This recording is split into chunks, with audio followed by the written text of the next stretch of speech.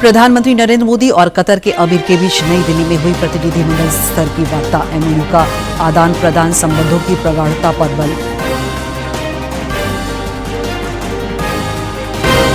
मुख्यमंत्री हेमंत सोरेन ने नवनियुक्त 289 अभ्यर्थियों को सौंपा नियुक्ति पत्र।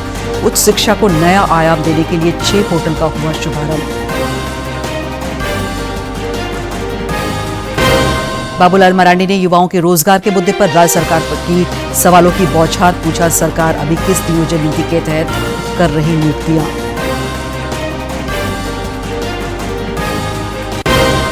और विधानसभा सत्र को लेकर स्पीकर ने की अधिकारियों संग बैठक, दिए कई दिशा निर्देश। 24 फरवरी से 27 मार्च तक चलेगा सत्र। 3 मार्च को पेश होगा झारखंड का बजट।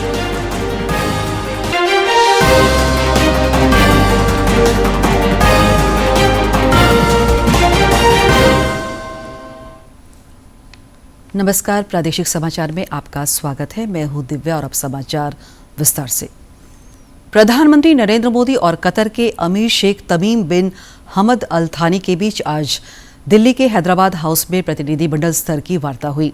इस दौरान इन दोनों के बीच आपसी हित के मुद्दे पर भी बातचीत हुई। इसके अलावा दोनों देशों के बीच रणनीतिक साझेदारी पर समझौते का आदान प्रदान भी हुआ।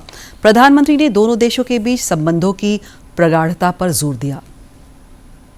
The State of Qatar, and on the Indian side by Dr. S. Jaishankar, External Affairs Minister.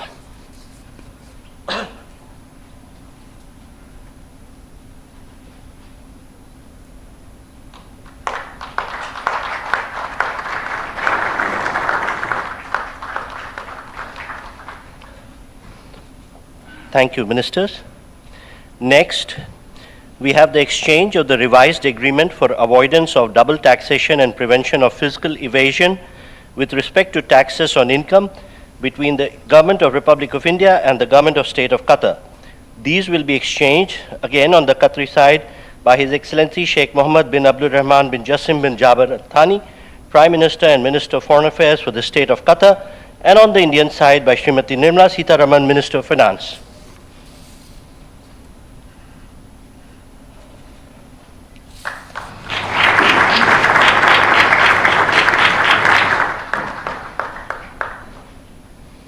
Thank you, Excellencies. Ladies and gentlemen, this concludes the exchange ceremony.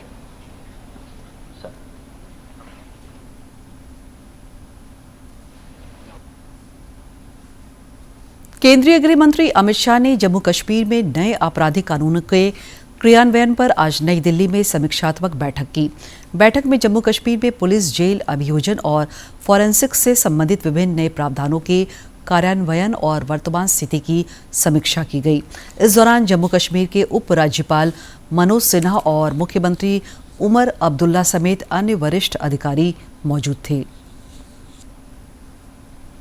केंद्रीय इलेक्ट्रॉनिक्स और सूचना प्रौद्योगिकी राज्य मंत्री जितिन प्रसाद ने आज नई दिल्ली में सरकारी वेबसाइटों और डिजिटल प्लेटफॉर्म पर एकरूपता लाने के लिए डिजिटल ब्रांड पहचान नियमावली जारी की। डिजिटल ब्रांड पहचान नियमावली एक व्यापक मार्गदर्शिका है जो अपने डिजिटल प्लेटफॉर्म पर सामंजस्यपूर्ण दृश्य पहचान स्थापित करने में सरकार की अनूठी जरूरतों को पूरा करने के लिए तैयार की गई है। इस दौरान केंद्रीय राज्य मंत्री ने कहा कि प्रधानमंत्री नरेंद्र मोदी के नेतृत्व में आज भारत आईटी महाशक्ति के रूप में स्थापित हो रहा है। उन्होंने भरोसा जताया कि डिजिटल ब्रांड आइडेंटिटी मैनुअल की पहल डिजिटल इकोसिस्टम को मजबूत करके तकनीकी नवाचार को बढ़ावा देगी।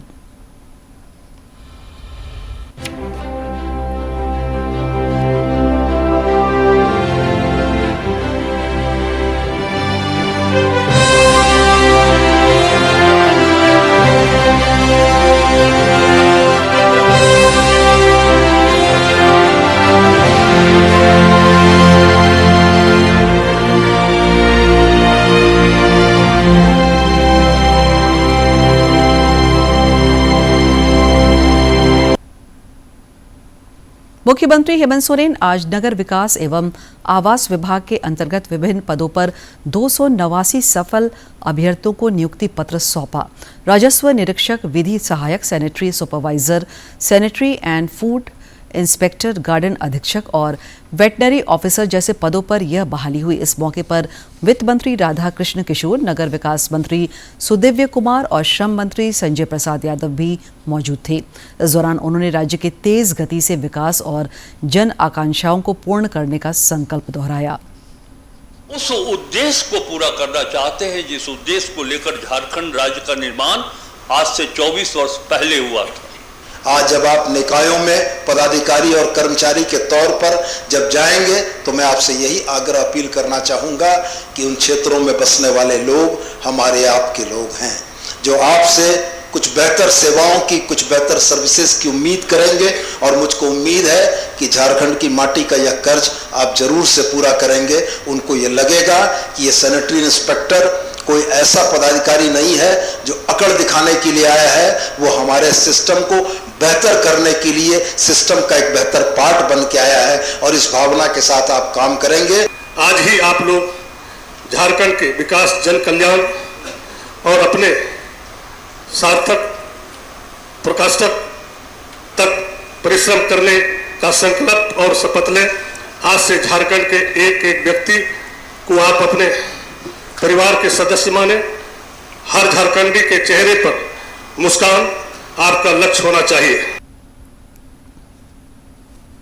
इससे पहले मुख्यमंत्री हेमंत सोरेन ने आज रांची में आयोजित राज्य स्तरीय कार्यशाला के दौरान उच्च शिक्षा को नया आयाम देने के लिए 6 पोर्टल का भी शुभारंभ किया। उच्च एवं तकनीकी शिक्षा विभाग द्वारा विकसित इन पोर्टल के जरिए लर्निंग मैनेजमेंट सिस्टम के डिजिटल कार्यान्वयन, वेतन निर्धारण और सत्यापन के साथ साथ निजी विश्वविद्यालय प्रबंधन, वित्त रहित कॉलेज अनुदान से जुड़े कार्य आसानी से संपन्न हो सकेंगे। इस मौके पर उच्च और तकनीकी शिक्षा मंत्री सुदिव्य कुमार ने कहा कि इन पोर्टल के माध्यम से कार्यों में दक्षता बढ़ेगी और आवेदनों के लंबित होने की परिपाटी बंद होगी। श्री कुमार ने पोर्टल को यूजर फ्रेंडली बनाने का भी सुझाव दिया।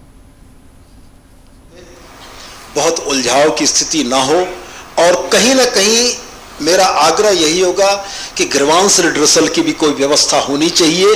यदि पोर्टल में जाकर किसी को किसी नॉलेज या किसी साइट तक पहुंचने में इशू आ रहा है तो वो ग्रीवांस अपना जनरेट करे और हमारा ग्रीवांस रिड्रेसल उसको ये मदद करे कि पोर्टल के फलाने पोर्शन में जाकर आप अपने ग्रीवांस का रिड्रेसल कर सकते हैं। भाजपा के प्रदेश अध्यक्ष बाबूलाल मरांडी ने युवाओं के रोजगार के मुद्दे पर राज्य सरकार पर सवालों की बौछार की है।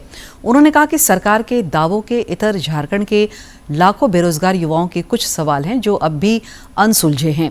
श्री मरांडी ने सरकार से जानना चाहा कि प्रतियोगी परीक्षा कैलेंडर कब जारी होगा और जेपीएससी अध्यक्ष की नियुक्ति कब होगी। उन्होंने यह भी पूछा कि सीजीएल पेपर लीक की जांच कहां तक पहुंची है और सरकार अभी किस नियोजन नीति के तहत नियुक्तियां कर रही है।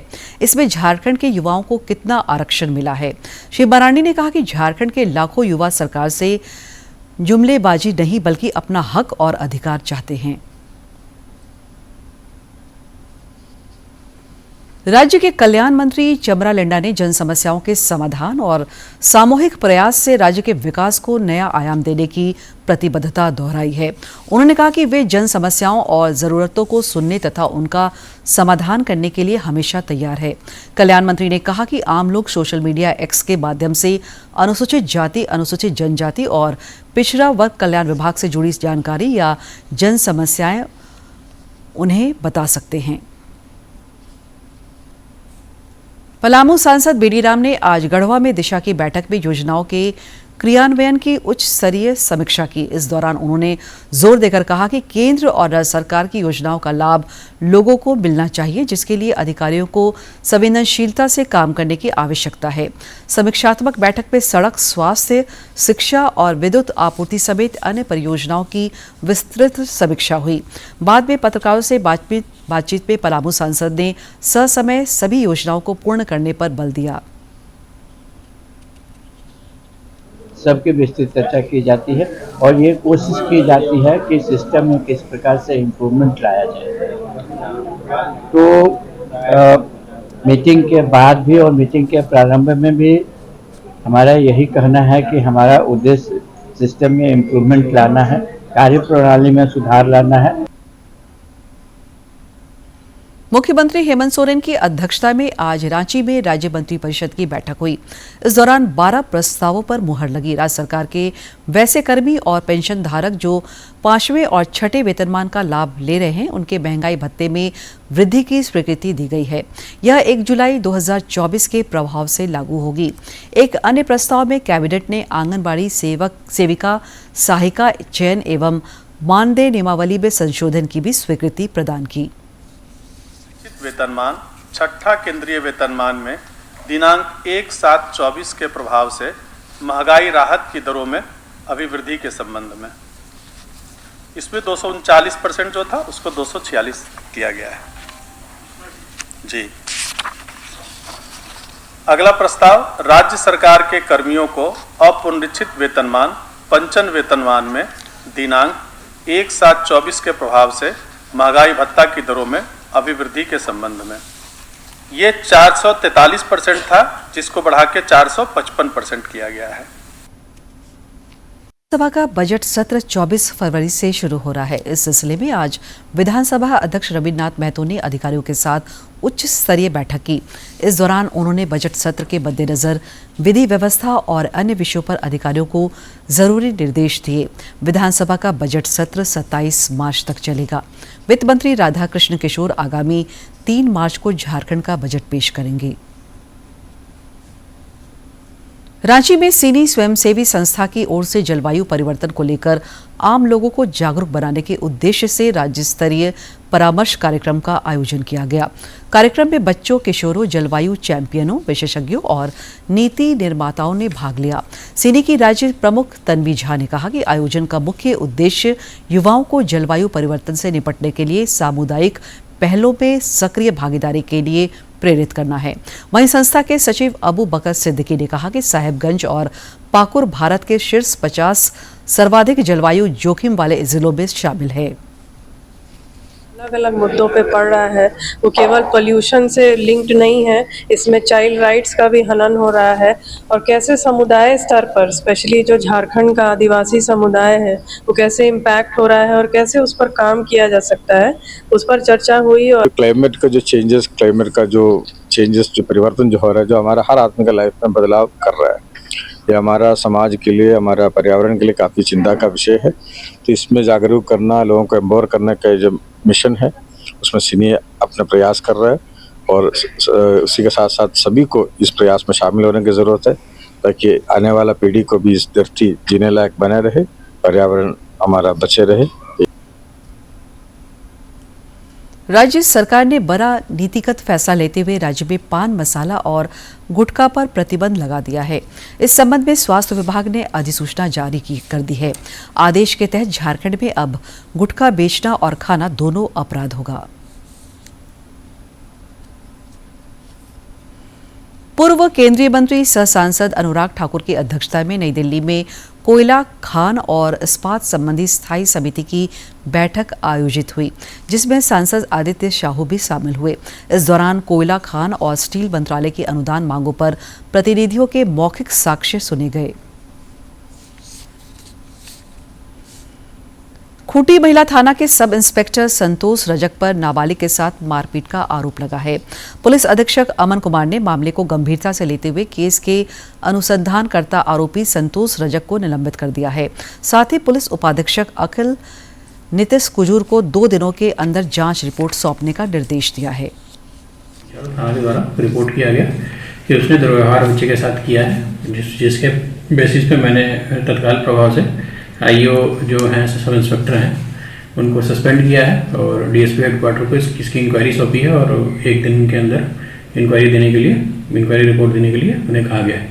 उसके बाद उन पर विभागीय कार्रवाई जो है फर्दर की जाएगी। पर्यावरण संतुलन और पक्षियों के संरक्षण की दिशा में बोकारो में आम लोगों के द्वारा पहल की गई है। चास रोटरी क्लब के सदस्यों ने पक्षियों के सुरक्षित आवासन के लिए स्थानीय जवाहर उद्यान में कृत्रिम घोंसला लगाया है, जो विभिन्न प्रजातियों के पक्षियों के लिए काफी अनुकूल है। देखिए यह रिपोर्ट। संतुलन के लिए धरती पर सह-अस्तित्व जरूरी है, खासकर वर्तमान समय में जब पक्षियों की संख्या घटती जा रही है। ऐसे में इसकी चिंता करना लाजमी है। बोकारो के चास रोटरी क्लब के सदस्यों ने इस दिशा में पहल करते हुए स्थानीय जवाहर नेहरू उद्यान में पेड़ों की टहनियों में कृत्रिम घोंसला लगाना शुरू किया है। रोटरी क्लब के कार्यक्रम संयोजक संजय बैद ने कहा कि पक्षियों के संरक्षण और संवर्धन के उद्देश्य से संस्था ने यह पहल की है।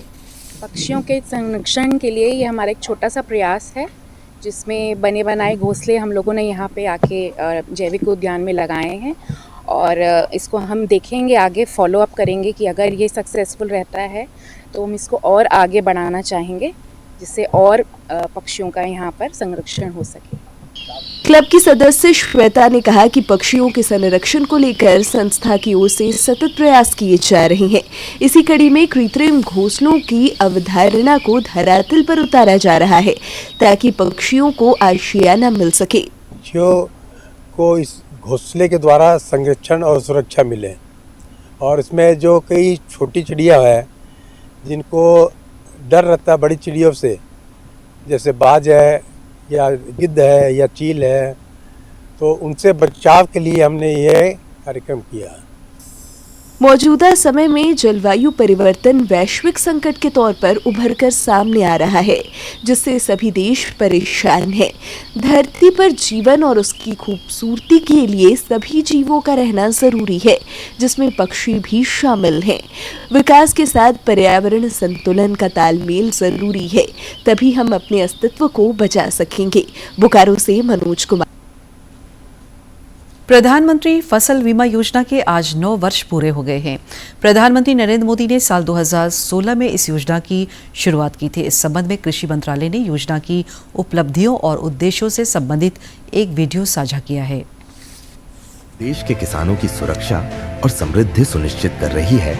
इस वर्ष प्रधानमंत्री फसल बीमा योजना ने अपनी उपलब्धियों की यात्रा के 9 साल पूरे कर लिए हैं। आइए हम सभी इन बेमिसाल 9 साल की यात्रा का उत्सव मनाएं।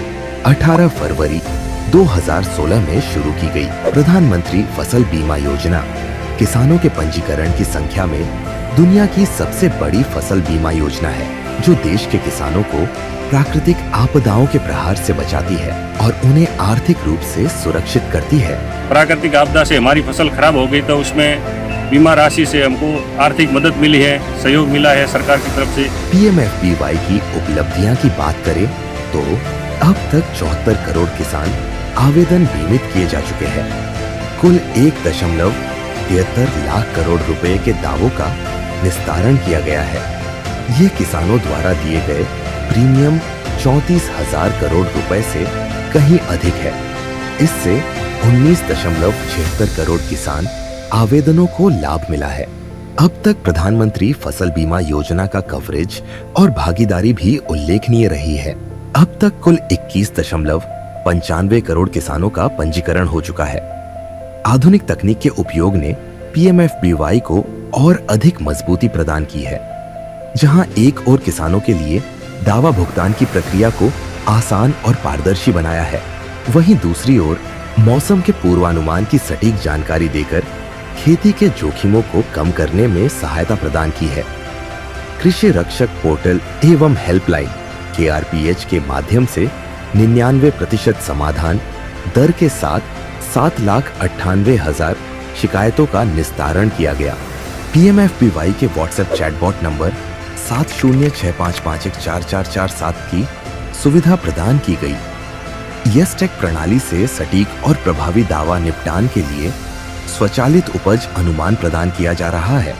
विंस के माध्यम से AWS और ARG प्रणालियों के माध्यम से मौसम डेटा घनत्व को 5 गुना बढ़ाने का प्रयास किया जा रहा है। फसल बीमा से संबंधित जानकारी के लिए हेल्पलाइन नंबर 14447 पर कॉल करें। फसल बीमा कराओ, सुरक्षा कवच पाओ।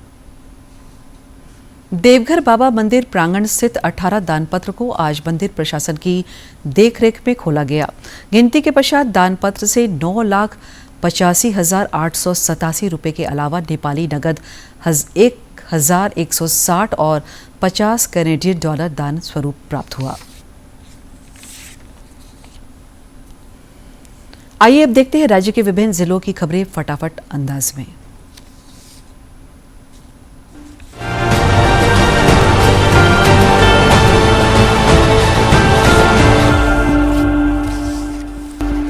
ग्रामीण विकास मंत्री दीपिका पांडे सिंह ने कल लोहरदगा सर्किट हाउस में अधिकारियों के साथ समीक्षा बैठक कर योजनाओं के क्रियान्वयन और उनसे जुड़ी समस्याओं पर विस्तृत चर्चा की। उन्होंने अधिकारियों को लंबित विकास कार्यों को उच्च गुणवत्ता के साथ शीघ्र पूरा करने और जन समस्याओं के समाधान का निर्देश दिया।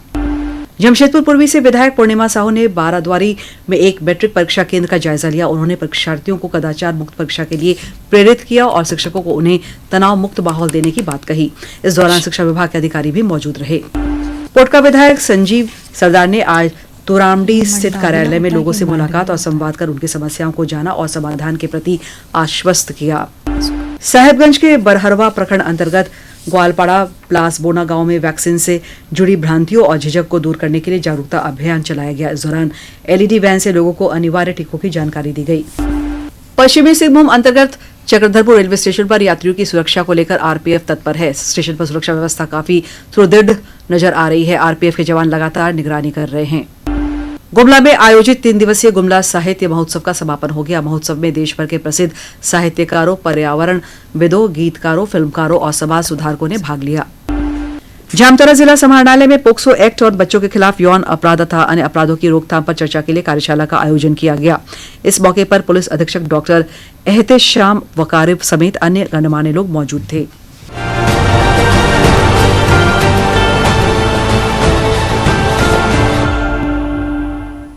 पलामू के स्थानीय शिवाजी मैदान में कल प्रमंडल स्तरीय किसान मेला सह प्रदर्शनी का आयोजन होगा। कृषि प्रौद्योगिकी प्रबंधन अभिकरण आत्मा की ओर से इसका आयोजन हो रहा है। उपायुक्त शशि रंजन ने आज आयोजन स्थल का निरीक्षण कर तैयारियों का जायजा लिया। उन्होंने संबंधित अधिकारियों को सभी तैयारियों को ससमय पूर्ण करने का निर्देश दिया। इस किसान मेला में पलामू प्रमंडल क्षेत्र के तीनों जिलों के विभागों द्वारा स्टॉल लगाए जा रहे हैं। इन स्टॉलों के माध्यम से लाभार्थियों को सरकार की जन कल्याणकारी और विकास योजनाओं की जानकारी दी जाएगी। मौके पर परिसंपत्तियों का भी वितरण होगा।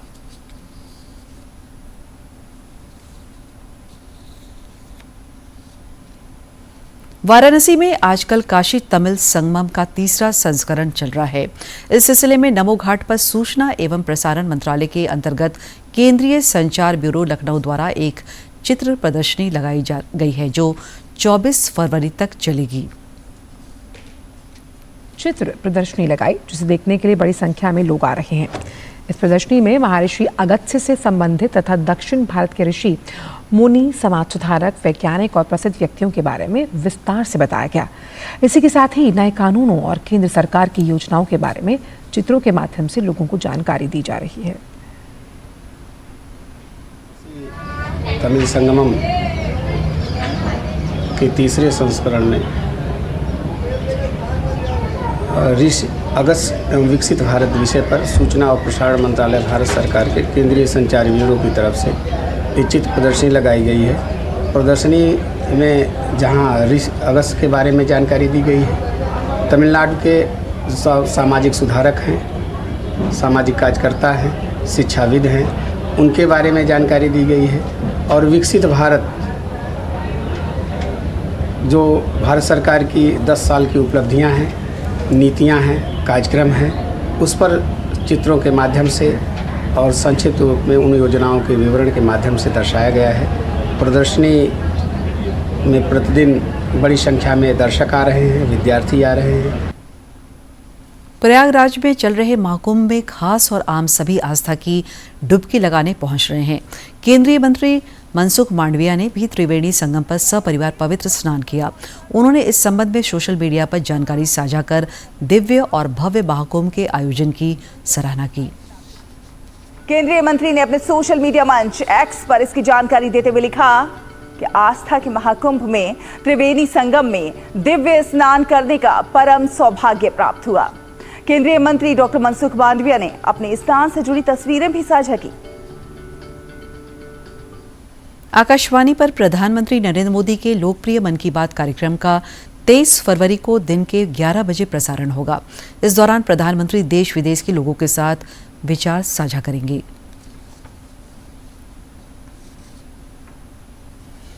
राज्य में एक बार फिर मौसम ने करवट बदली है। राजधानी रांची समेत कई इलाकों में आज सुबह से धूप छांव का खेल चलता रहा। कल से लेकर 23 फरवरी तक राज्य के कई हिस्सों में बारिश का भी पूर्वानुमान है। आने लगेंगे और 19 तारीखों में जो कोल्हान का इलाका है वहाँ पे कुछ हल्के बारिश के साथ में गर्जन वज्रपात की स्थिति देखने को मिलेगी। अगर 20 तारीख की बात करें तो 20 तारीख में ये जो गर्जन वज्रपात के साथ जो हल्की बारिश है वो अपना दायरा बढ़ाते हुए मध्य के इलाकों में भी थोड़ा सा पहुँचते हुए दिखेगी, जिसमें रांची समेत बोकारो रामगढ़ के इलाके हैं वहाँ तक भी इसके जद में आते हुए दिखेंगे। 21 तारीख में उतना ज़्यादा बारिश की स्थिति नहीं है, बट कुछ ड्राई ठंडर आपका पूर्वी भाग में होने को हो सकता है। और 22 तारीख में अगर बात करेंगे तो पूर्वी के साथ में जो मध्य भाग है वो भी ससेप्टेबल है। अंत में मुख्य समाचार एक बार फिर।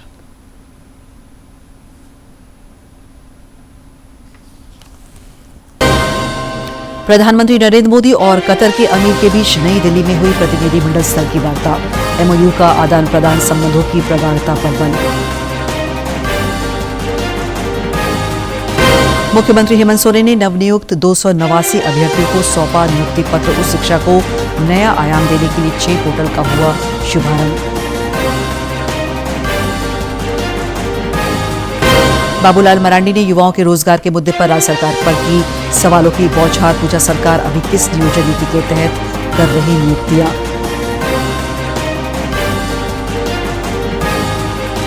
और विधानसभा सत्र को लेकर स्पीकर ने की अधिकारियों के संग बैठक, दिए कई दिशा निर्देश। 24 फरवरी से 27 मार्च तक चलेगा सत्र। 3 मार्च को पेश होगा झारखंड का बजट।